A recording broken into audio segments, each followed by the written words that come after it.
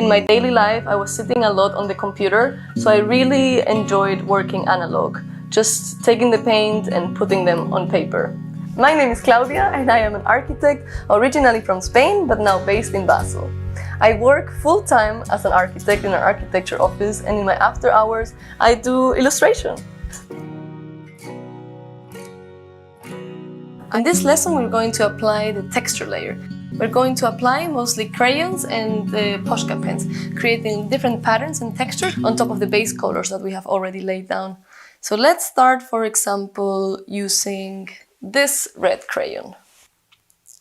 I'm just going to start with the roof, making this kind of wavy motion, and I'll continue the next rows.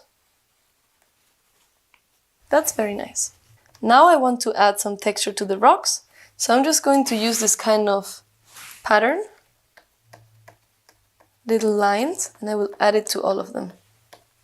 I want to try and add a white texture with the Posca pen on top of the pink, because it's looking a little flat.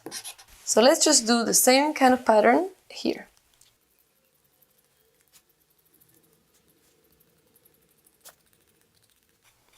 You can do the lines pretty organized or just very randomly. Depends on what kind of effect you're looking for. Don't forget to cover all the parts of the picture. I'm going to draw some lines on top of the banana plant, the banana tree. Now we can take this lilac crayon and we're going to very quickly overlay it on top of this plant here, for example, creating sort of a very loose texture on top of it. Same thing goes to here. Then we do some lines. You can be quite rough with it and quick so that it's more expressive. Here we can do some circular motions. With this pink crayon, we're going to create some dimension for the palm tree. So we're going to do some lines, and then also some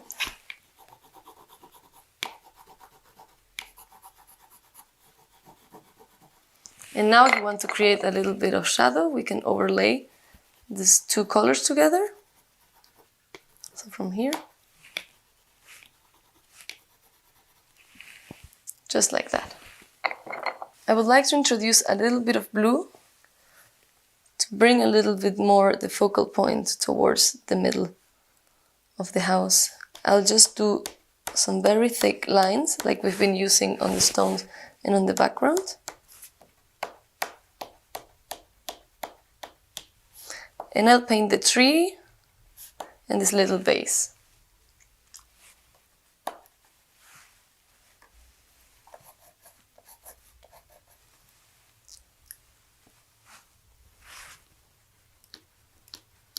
Sometimes I feel like the color needs to be in other parts of the drawing in order to tie it together, so I will just add it. And the fun thing about these wax pastels is you can layer them on top of each other and then make quite the seamless gradients. I will add some other lines to this plant here, as well on some dots to this one. Now let's paint the bench and maybe emphasize the end of the roof, as well as the chimney.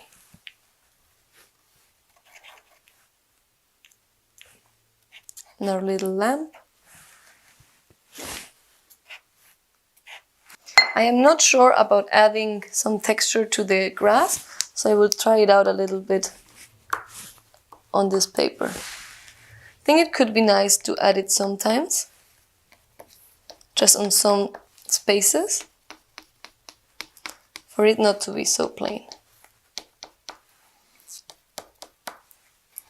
I like to add textures to the trees in the circular motion. I think it's quite nice. And then if you go a little bit over the border, yeah.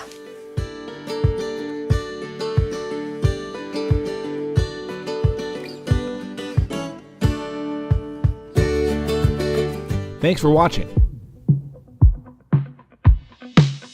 I do editorial illustration. Like, what is it? Like, what is that? It's just adding interest to a article. Like, you're just highlighting an article that might get looked over in a way. The first editorial illustration I ever did was for Wired magazine. I'd been making gig posters, and it was just like a fun side project thing.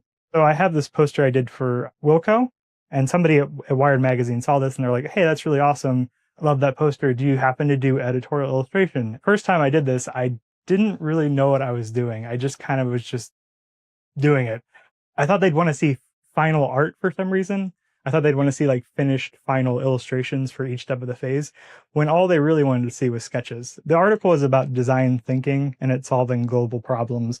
A lot of these weren't necessarily right for the project. They were nice enough to let me finalize the illustration, and it did end up in a place where it was this.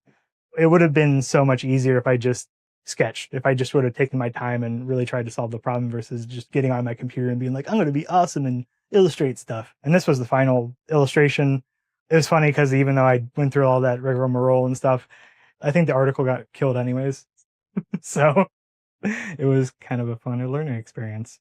The way I approach it now is the first part of the phase is just reading and drawing and not thinking about illustrating on the computer at all. It's just about solving the problem, getting approval from the art director, and then going to the computer. The phase up front just takes as long as the phase of actually illustrating it for me. So typically I'll get, email saying if I'm available to do an illustration. The amount of information you actually get about the article varies vastly. It can usually be like 2 sentences versus like a nice paragraph summary versus like the full article. This was one I did recently for Money Magazine. This one was about how to not work on the weekends and vacations. So it's just kind of like this illustration of, this surfboard with a laptop plugged into it. For this, I had like a nice paragraph overview of the article. It says how to not work on nights, weekends, and vacation. From there, I'll start sketching. In this case, I actually had like a word list of things I immediately wrote down just from my own brain that immediately came to my mind from thinking about vacation. And even just doing that, by the end, I'm talking about a grill with an iPhone on it. Like, what's that? Like, that's just a weird thing that came in my head. I think that's what a word list can kind of do in a short amount of time, is just take your brain to somewhere new. After I read the article, kind of get like the main idea and do a little bit of word listing, I start sketching. Bottle of sunblock. I wrote the book you've been meaning to read on this book. I don't know what that's just goofy. Oh, I think this was like the second round of stuff. We refined this idea and this idea, but we ended up going with this one. When I'm saying we and these things, it's like me and the art director are a team, and we're trying to get this thing approved by the editor. So this was like a series of icons I did for the Atlantic recently. There's 6 icons here, but I still did a ton of sketching for that. I just like to send a lot of ideas, and I like the ideas to be good, obviously. So this was one I did for Playboy, which was one of the funner jobs I got to do. The article title was Car Castration, and the whole idea was like the last shred of our manhood is basically driving a car really fast. When a robot car drives you from point A to point B, how that will kind of go away. And you can see like lots of really kind of goofy ideas came to me immediately. The first idea obviously I had, which actually they kind of went with in the end, was to have a guy looking at a rearview mirror and like these fuzzy dice being cut off by this giant comical pair of scissors. And you can see like the different levels of the process where I just made everything in grayscale and then, added some texture in there, and that was it. And this is it in the magazine. Editorial illustration isn't always necessarily illustration. Get to do like a lot of like logo-y stuff for magazines. This was actually a series of badges and icons I did for Esquire. It says culinary education program, so let's just go with that. And I made these little icons, and this was one of those jobs where they just wanted me to make like one. And since I did such a good job with sketching, we actually made like 4 or 5 other little icon spots for it. I gave them like 1, 2, 3, 4, 5, 6, 7, 8, 9, 10.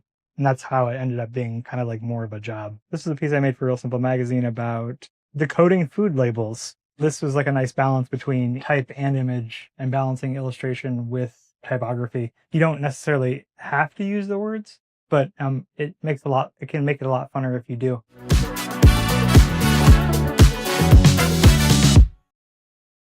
In this exercise, we're going to make a comic of something that's happened to you that either seems really sad or embarrassing. something that you need to gain control over.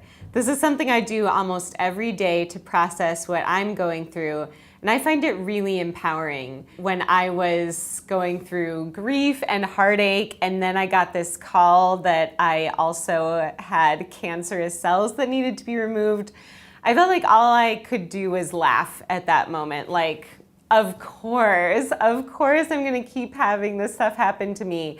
It felt like the only response I could really genuinely have to this storm of events was to just laugh and say, all right, I gotta go in, I just gotta do this. And since processing all of those things that happened to me, I use humor a lot as a way to gain control over my own story. So that's really what using humor is about. It's not so much laughing at things that are sad or difficult. It's about giving yourself the control of your narrative. So if you are able to laugh at the difficult things that have happened to you or humiliating things that have happened to you, you are the one in control and you can begin to move forward. So in reflecting before this exercise, think about a time that was painful or humiliating for you and the different perspectives you can have on this period. How did society want you to feel about that moment? How did you actually feel in the moment? And what are some ways that you feel now about that moment? When you're telling this story, is there a time when people laugh about it? Is there a time when you're feeling more empowered to talk about it? How can you change this narrative from one of humiliation and pain into something empowering and even funny? How can you turn this moment into material for your art? So the exercise is actually making a comic of this experience. This might seem a little overwhelming if you've never done this before, but you don't need to do panels, you don't need to do a whole scene. You can just do one brief interaction. You can read someone like Alison Bechdel, who writes a lot about her painful experiences in funny ways. But there are also cartoonists like Roz Chast, who usually just draw one simple experience or even just one thought bubble. That's all you really need. If you're feeling a little stuck in this exercise, you don't have to draw or write the situation exactly as it happened. Think about something you wish you had said. Think about a good zinger. Think about a superpower you wish you had had at the moment. These are ways to make a comic too. So I'm making a comic about something that happened to me pretty soon after my dad died. I was at the doctor and my doctor was asking me if there were any changes in family history, and I forgot that my dad died of a heart attack, so I had to bring that up awkwardly.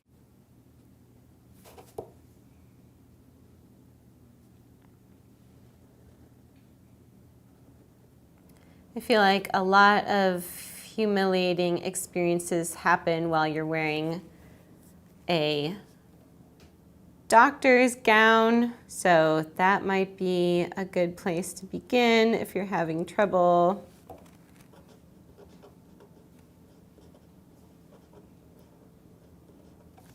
So this is just a really simple scene of me not really knowing how to communicate this thing that had just happened to me.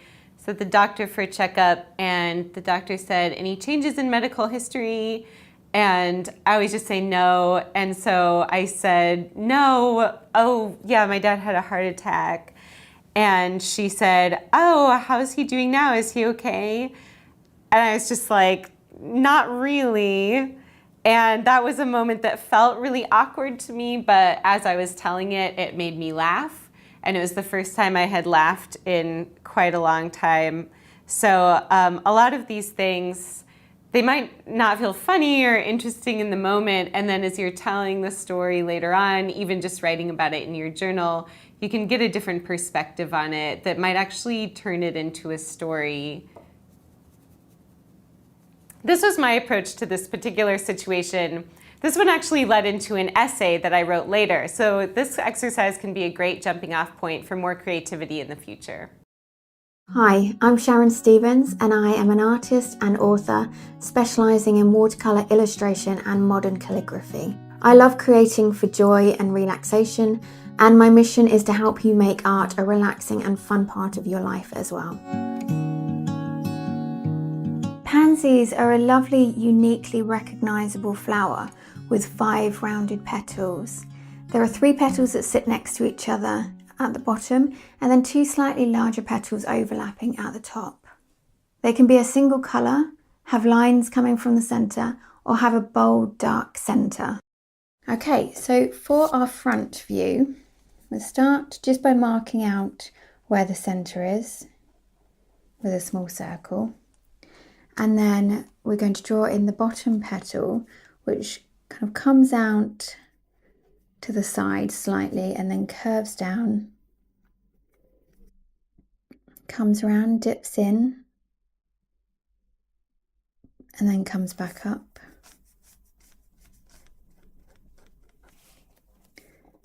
And then we have 2 petals either side, so you can go up, slightly curve it round, and then bring this down underneath that bottom petal. Do the same on the other side.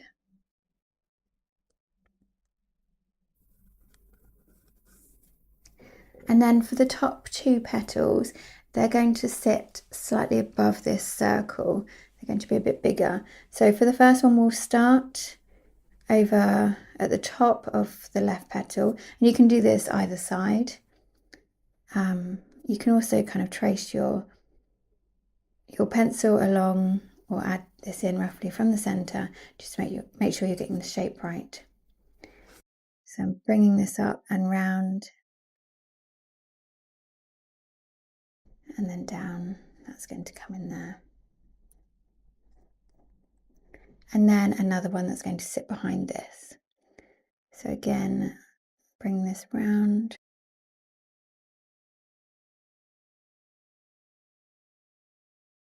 Okay, so moving to my pen, I'll start with the centre.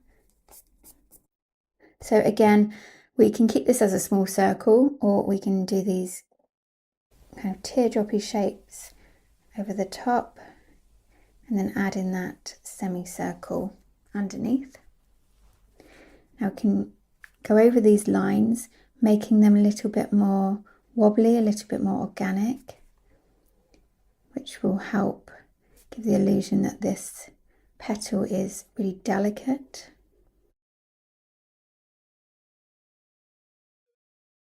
Same for these, just wobbling that pen ever so slightly.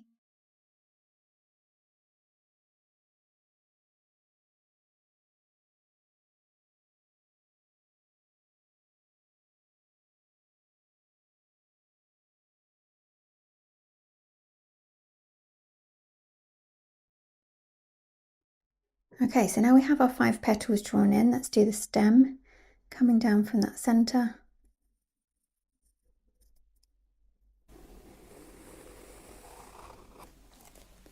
So for the features of the pansy, we can just add the shading onto the petals, or we can add the more distinguished dark markings, which make the pansy more recognisable. And you get different versions of these. So it's up to you which one you choose. So I'm going to show you how to do the darker versions. So it's just on these lower 3 petals, and we can start by outlining it. So you can use your pencil for this, or just use your pen. And I'm just going up and drawing kind of jaggedy lines with my pen. I'm going to fill this in. So I'm not touching the edge of the petal.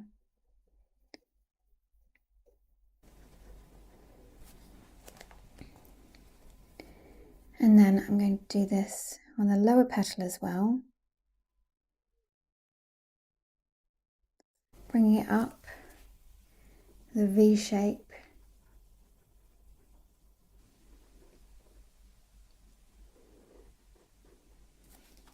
And if you have a bolder pen now, you can switch to that to fill this in. So I'm using my 08 now, and I'm just going to fill all of this in.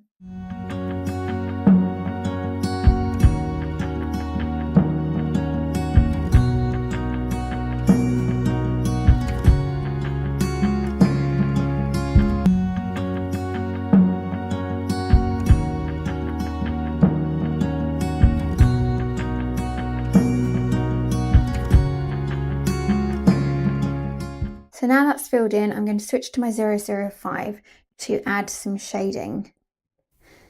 And because these petals are quite delicate, we can add quite a few kind of lines coming in from the outer edge.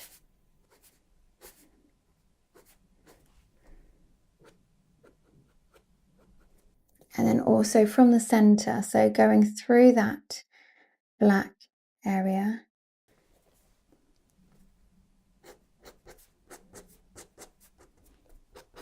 So just making sure to curve round with the shape of the petal.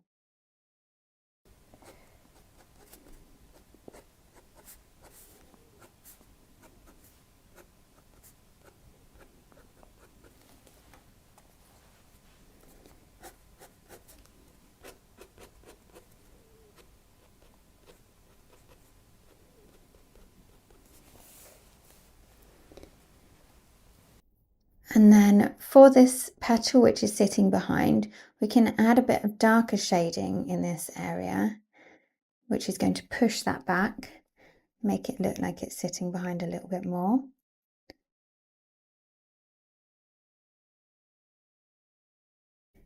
And then again, those lines on the outer edge, particularly where it dips in.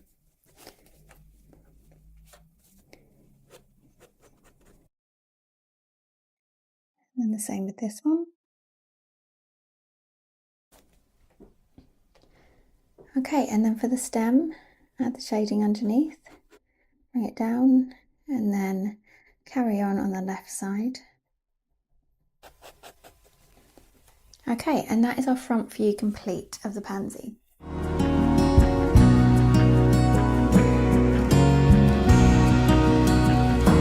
You don't need to know what a design is going to look like when you set pen to paper. I think the thing that really intimidates us is we feel like we need to know what it's going to look like before we start.